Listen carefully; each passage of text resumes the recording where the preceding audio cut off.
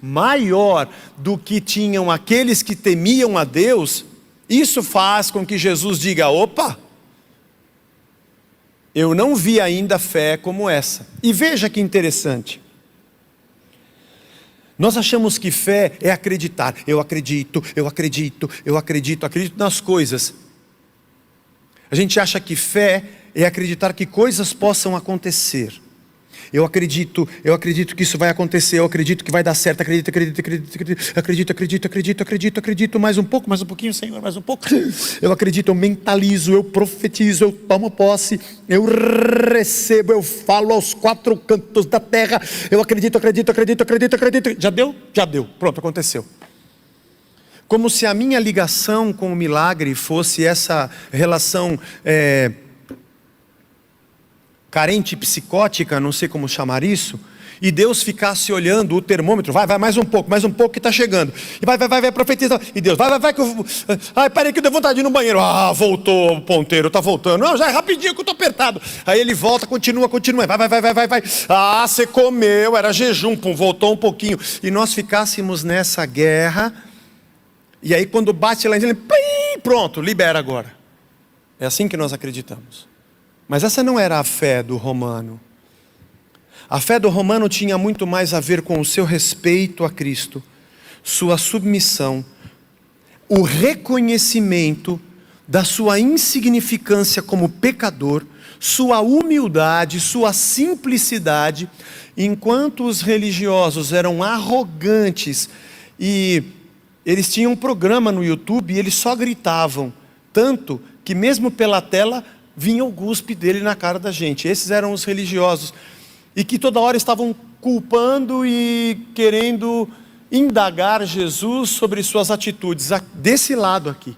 Mas desse aqui que tinha um romano, que seria óbvio se encontrássemos ali um opressor, ainda mais um centurião, que era um cara que comandava uma facção do exército. Esse cara se mostrou humilde. Ele era chefe de soldados. Foi isso que espantou Jesus. Porque a fé não é essa maquininha de acreditar para eu apertar um botão e Deus me dar um milagre. A fé tem muito mais a ver com a minha rendição, reconhecimento da minha insignificância diante da grandeza de Deus.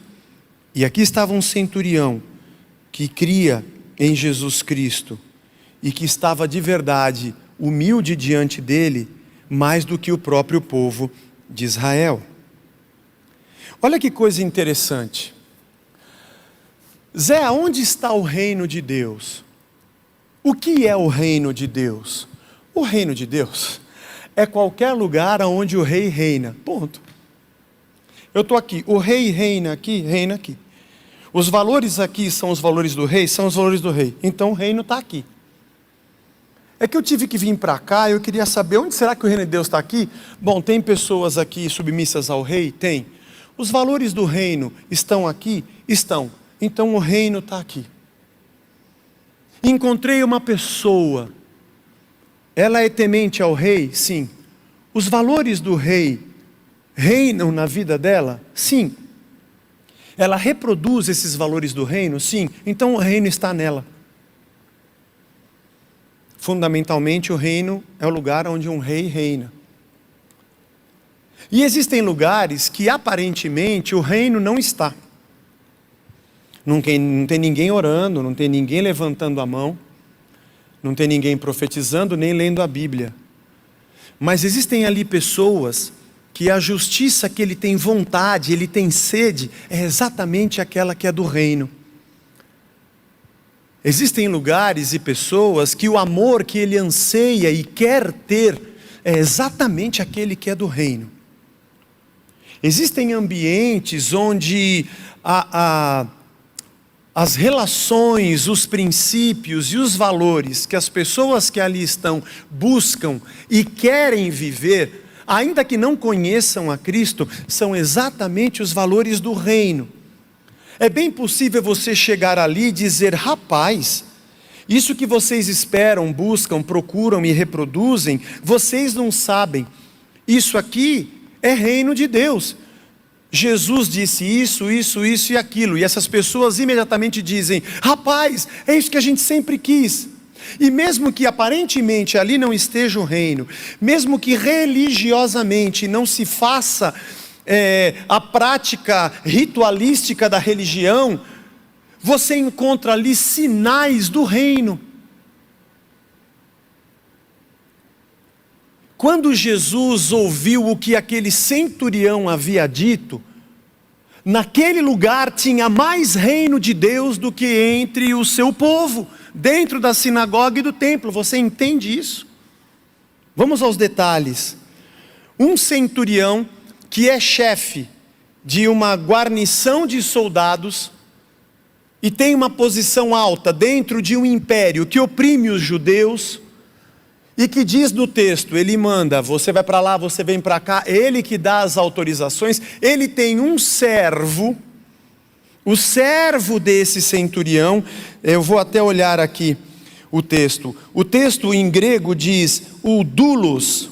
Doulos é o escravo, é a mais baixa posição de um ser humano naquela sociedade.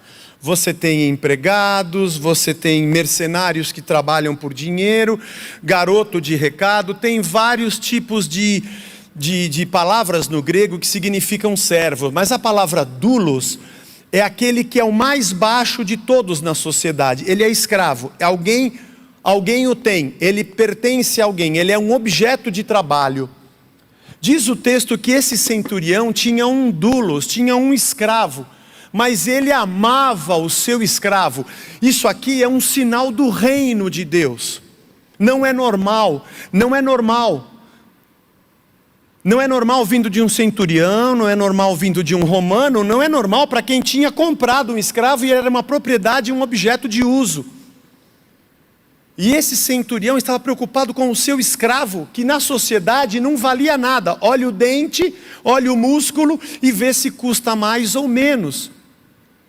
Não tinha voz, não tinha direito a nada, não tinha propriedade, ele era um objeto. Mas ali tinha um centurião romano. Eu não estou falando de um judeu, eu não estou falando de um saduceu, eu não estou falando de um profeta nem de um sacerdote. Esse povo rejeitou a Cristo. Eu estou falando de um romano.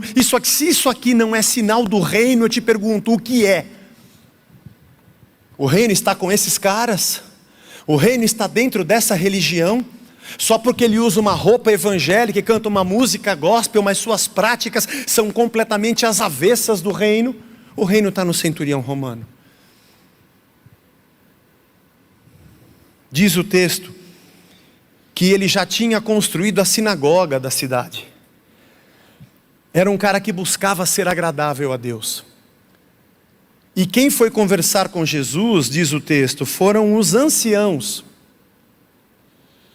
Os anciãos, aliás, a palavra no grego é presbíteros, eles eram como que um conselho de sabedoria dentro da organização religiosa e social judaica. Aliás, o sinédrio era composto por anciãos. O presbitério da igreja, onde Paulo nos ensina nas suas epístolas, é uma imagem dos anciãos de Israel, os mais experientes. Os mais experientes amavam este romano que deveria ser símbolo da sua opressão. E este romano foi o cara que construiu a sinagoga, apesar de que dentro da sinagoga existiam religiosos que rejeitavam a Cristo, mas o romano entendia, na mente dele de romano, que eu vou ser agradável a Deus se eu construir a sinagoga. Aonde está o reino? Eu te pergunto, na casa do romano ou dentro da religião? A casa desse centurião romano é um sinal do reino de Deus. E os anciãos dizem: Jesus, ele é amigo do nosso povo. Isso é um sinal do reino. Isso é um sinal do reino.